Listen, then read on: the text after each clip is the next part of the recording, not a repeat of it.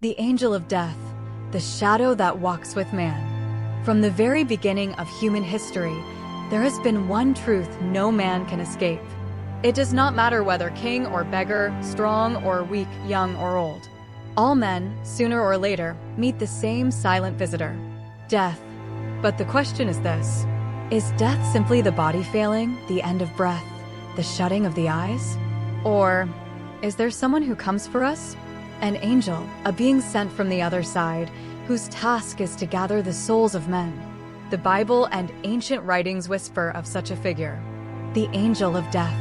Death in Egypt. The first great shadow falls in Egypt. It is the night of Passover. The people of Israel sit quietly in their homes, doors marked with blood. And outside, silence. But soon, the silence is broken. The sound of wailing rises across the land. Every Egyptian house without the blood mark is visited. And in every such house, the firstborn lies lifeless. From the palace of Pharaoh down to the poorest slave, the destroyer has passed through. The scriptures do not call him by name, but the Jews remembered him. They said, it was not a dream, not a disease, but a being who moved in the night. And thus, they called him the destroyer, the angel with the drawn sword. Years later, during the reign of King David, this same figure appeared again. David had sinned by numbering the people, and in judgment, 70,000 men fell to plague. But then David looked up, and what he saw was terrifying. A being stood between heaven and earth, a sword drawn in his hand, stretched out over Jerusalem. The king fell to the ground in fear. And at that moment, God stopped the angel. This was no faceless shadow. This was a messenger, a servant of God's justice, the angel of death. Job's question. In the book of Job, the mystery deepens. Job cries out, "Is there not an appointed time for man upon earth? Are not his days also like those of a hired laborer?" It is as if he knows. Every man's time is already counted. And when that moment comes, the angel arrives to fulfill it. The face of the angel. Jewish tradition gives us a clearer picture. They call him Malach HaMavet, the messenger of death. He is described as cloaked in black, with eyes like burning coals. When he enters a room, the dying man can feel his presence. And when he gazes upon you, your soul begins to slip away. Some rabbis taught that he carries a sword, and on its tip is a drop of poison. When the time comes, the poison touches the lips of the dying, and they breathe their last. In other stories, he does not always appear in terror. Sometimes he comes gently, unseen, and men simply fall asleep, never to wake again. Other cultures remember him too. And the Hebrews were not the only ones to speak of such a being. The Egyptians believed in Anubis, the jackal-headed god who weighed the hearts of men against the feather of truth. To them, death was not random. It was guided, judged, and carried out by a higher power.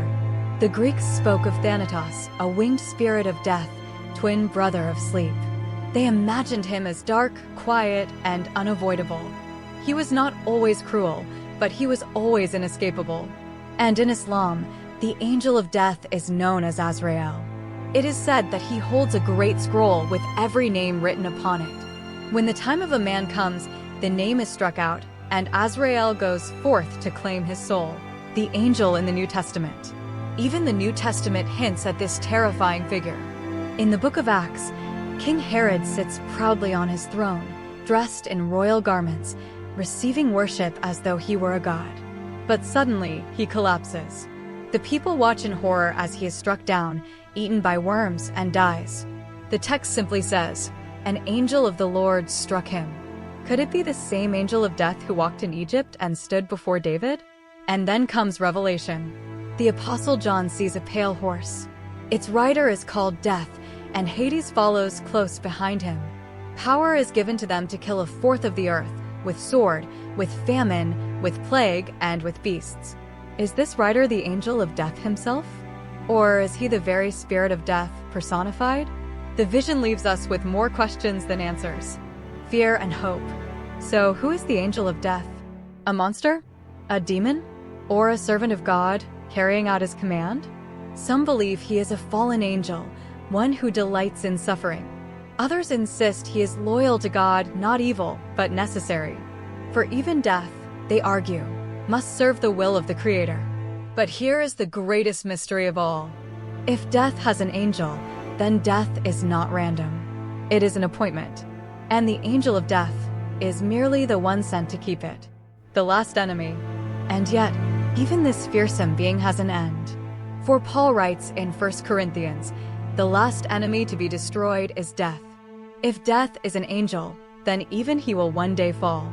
The scriptures promise a time when there will be no more tears, no more pain, no more night.